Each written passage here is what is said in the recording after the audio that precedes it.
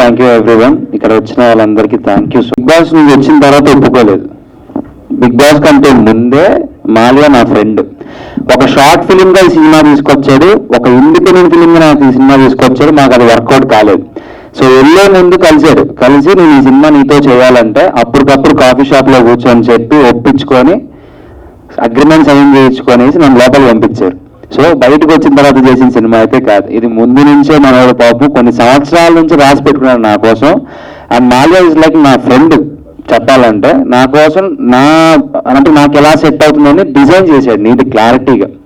So thank you Mallya, మంచి subject. And Mahindra గారు మీ support అయితే అల్టిమేట్. ఎందుకంటే ఆఫీస్కి వచ్చిన ప్రతిసారి ఆయన ఇచ్చే రెస్పెక్ట్ కానీ ఆయన మాట్లాడే విధానం కానీ ఒక ఆర్టిస్ట్తో అది చాలా బాగుంటుంది. ఆ బాండింగ్ అంటే సొంత మనుషులతో మాట్లాడిన బాండింగ్ ఉంటుంది.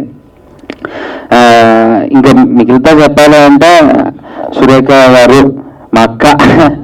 నేను మేడం మేడం అని పిలిచి అక్క మేడం ఇదే ఫస్ట్ టైం.